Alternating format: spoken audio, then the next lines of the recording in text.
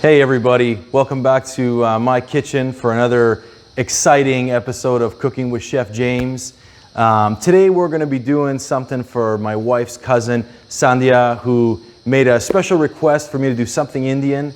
Now of course we could have done many different things in Indian cuisine, but we're going to do something today that's one of my personal favorites, and that's biryani. And the one we're going to do today is going to be a chicken biryani. So let's get started, Sandhya. I hope you enjoy this. First thing we're going to do is we are going to be cooking some rice, or par cooking some rice. And so what we'll need to do is we're going to want to season that rice while it's cooking. And to do that, we're going to need 6 of these green cardamom pods, 6 or 7 cardamom pods, about 6 or 7 cloves, whole cloves as well. We're going to need 1 of these little star anise. Is what that's called. We've got a nice nutmeg, a nutmeg seed here, and we've got some bay leaf. So what we'll do is when we put this stuff together and put it in the water to par cook our rice, we're going to put it in what I like to use is a little cheesecloth. I like to tie it off and make what's known as a sachet.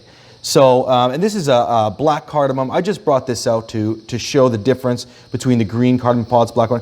We're not going to put that in with the rice. We're going to put that in later, but I just wanted to show what that looks like before I go ahead and smash that up and mulch that up in my coffee grinder.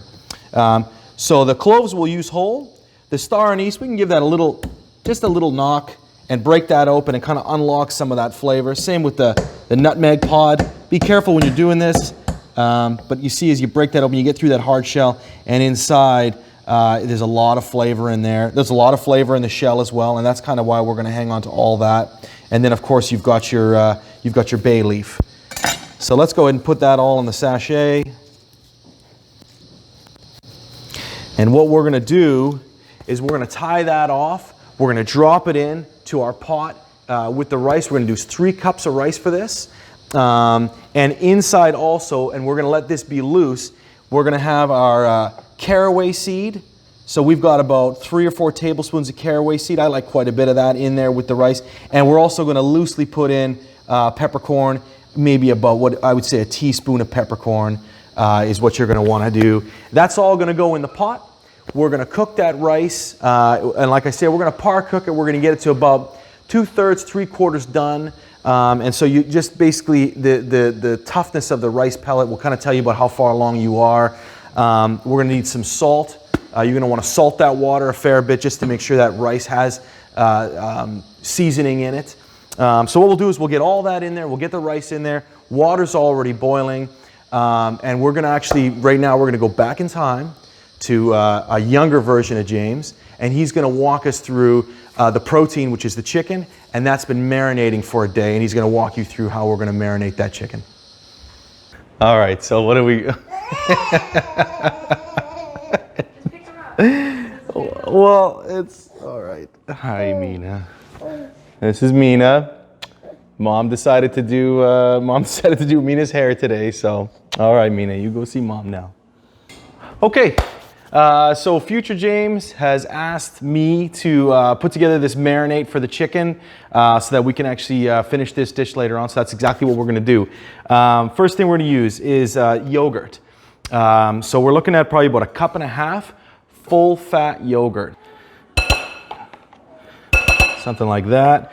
We've got a tablespoon of ginger. If you want to puree that, I just gave it a rough chop. You can puree that. A tablespoon of garlic. That might look like a little bit more than a tablespoon. That's because I love garlic, so I go a little bit heavier on it. Throw that in there too. We've got 2 green chilies. If you don't have green chili, you can use these nice dry red chilies. They're both good. I'm going to use 1 of each, and I like it a little hotter. If you've got the fresh green chili, that's the way to go. I'm just going to go ahead and bust this up. I don't mind if it's got a little bit of chunk to it. All right. In here, we've got the turmeric, 1 teaspoon of turmeric, a teaspoon of garam masala. If you've worked with turmeric before, just be careful with it. It stains. It'll stain clothing. It'll stain the counter of your kitchen counter. So just be really careful with that. It's tough to get it out. We've got all of our other spices. So what we've got here is our green, regular fresh cumin. We're gonna use a teaspoon of that, pardon me. We use a tablespoon of the black cumin. If you can't find that, don't worry, it's just a milder kind of version of regular cumin. So if you don't have that or you can't find that, don't worry about it. Just maybe do 2 teaspoons of regular cumin and you should be good there. Here we've got star anise, which is a little bit more pungent than anise seed. So if you do use anise seed, you're gonna probably wanna use a little bit more, but for just this, we're looking at about a half of one of these stars. About a quarter, you can use the actual nutmeg bulb. You can break this open, which I've done right here, and use about a quarter of it. Or if you want, you can use mace, which is kind of like the dried coating of the nutmegs, the nutmeg seed, pardon me. And so what you want to do is maybe use just like that much of that. 1 green cardamom, this is a very strong flavor, and 2 cloves. You take all that and you can go ahead and just put it inside a coffee grinder. I have a grinder that I use specifically for this, so the coffee, they don't mix the flavors. So we'll have that. That's the finished product of all the grinding. This is 1 teaspoon of salt. Throw that in there as well. We're going to use 1 cup of fried onion. You're welcome to go ahead and brown or fry the onion yourself. I just buy the stuff from the Reezers. It works out perfectly good. A lot of flavor. 2 tablespoons of chopped cilantro, a rough chop on the cilantro. As I mentioned before, I love cilantro, so there's a little bit more than 2 tablespoons in here. Throw that in there. Finally, 1 tablespoon of lemon juice. And I forgot to mention that inside of here, before I put all this in, is a quarter cup of, or 4 tablespoons of ghee. I actually don't have any ghee, so I went ahead and just used some unsalted regular butter that was already really warm, room temperature, and it kind of goes together really easily in here. You can already start to smell excellent smells coming out of this marinade. This chicken is going to be absolutely fantastic and ready to cook once it's done being marinated. So I've got 6 skinless, boneless chicken thighs. If you want, you can do bone in. If you want, you can use breast. I like chicken thigh meat for something like this. I definitely recommend no skin. The cooking method we're going to use for this is going to be kind of like a stewing it. So I would remove the skin. Stir that around. Give that a nice coating. You can let this, you can marinate. Really, all this needs is about a half an hour, and it's good to go. I kind of like to do mine overnight, but there it is. That's the finished product. So you got to see how the chicken marinates. We did that overnight. You see what's inside that really beautiful marinade. And now you take a look, and this is the finished product. I've already transferred it to the pot. I first threw in about a tablespoon of oil in the bottom, and then I dumped all the contents of that marinade with the chicken in here. And now we're at a point where it is complete. As far as we want it to go, that's not quite done, but it's pretty well there. It's starting to soften a little bit. And so this is kind of right where we want it to be. And now we're going to put it all into the one pot. It's going to turn this into that one pot cooking method here. And we'll layer that in on top of the chicken. And then we're going to go ahead and with each layer, there'll be 2. We've got about a tablespoon of garam masala. And then what I just mixed in there with it was that ground up black cardamom seed. So we're going to basically sprinkle that in with the rice.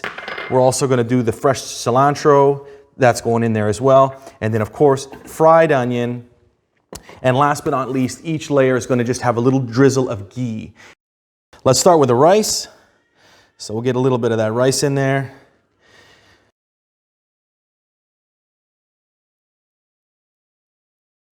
Let's keep going with a little bit of that garam masala and that black cardamom mixture.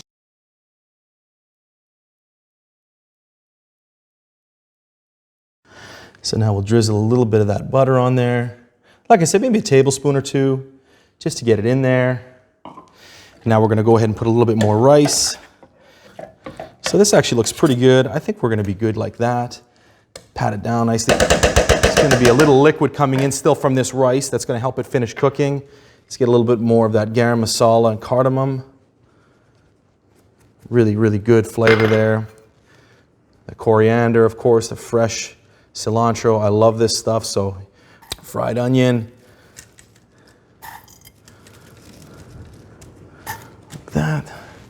and finish with our butter again, or as it should be, I guess, ghee. And when we open this up, and if you are following at home and you want to do something like this at home, when you open this up, that the aroma that comes out of here is just, it's unforgettable. And it's why I fell in love with this dish. So here's their damp cloth. And this is to help create that seal on the, for our pot during the cooking process. Make sure your towel, if you're using a bigger towel like I am, pull it back up, obviously, so it's not going to burn or get into the fire at all, or onto your hot stove. So low heat, you want this to be, low to medium. You want to slowly bring this up to a simmer. This is not going to be a hard boil at all, because it is going to take about 45 minutes or so to go through the whole cooking process and kind of stew and to finish cooking that rice with the steam. So what you're going to do is you're going to want to listen for it, and you will hear it. Once it starts to kind of boil a little bit, that's kind of when you want to knock it down to the lowest heat setting you can and still keep it simmering really gently. Otherwise, what's going to happen is when you crack this seal and you open it, you might be looking at maybe like burnt yogurt or something like that, and you do not want to have any of those bad flavors and bad aromas in something like this when it's done. So we'll get the heat up. And we'll do it slowly. I'm going to put it on about low medium heat, and it's just going to slowly heat up, and eventually we're going to start to listen and we'll hear it simmer. Okay, so we're right about in the kind of midway of cooking, and we're just about to drop the heat down a little bit. But if you want, let's give it a little listen here. I don't know if you can hear that. But it's reached its little simmer. So let's get the heat down a little bit. We don't want to burn anything. And now we've got it to just the lowest amount, the lowest simmer that we can have it on, and that we can still hear it simmering. It has to keep that simmer, it has to keep cooking, obviously. And now at this point, it took us about, I think, 15 minutes of really slowly bringing it up to that heat and letting it simmer a little bit. Now we want to drop it down to its lowest level and just let this dish stew and steam and finish cooking the rice and finish this dish, I'd say another 20, 25 minutes or so, and really make sure it's all kind of cooked out. And because we've got this seal, we don't really have to worry about losing any of that moisture. The rice will absorb a lot of it. This dish is going to stay nicely intact and moist and really quite nice. So let's just give it a bit more time, and we'll see what it looks like. Okay, here we are. It's been about 40 minutes now. Without further ado, let's crack it open. And cross our fingers, maybe. Oh my, there it is. Oh my goodness. Fried onion, obviously, the cilantro, you're getting the cardamom, you're getting the caraway, that lovely versatile garam masala, you're getting that as well. Let's take a look. The rice is fluffed up beautifully and finished cooking, as you'd hope. We'll dig down and look at the color. A lot of that is coming from the turmeric. Let's go right down. There's our chicken. Look at this. Oh my goodness. So there it is. So your rice is cooked to perfection, and it will be infused. Let's give it a taste because you know it's going to be good. Not too quick though. You don't want to burn your mouth.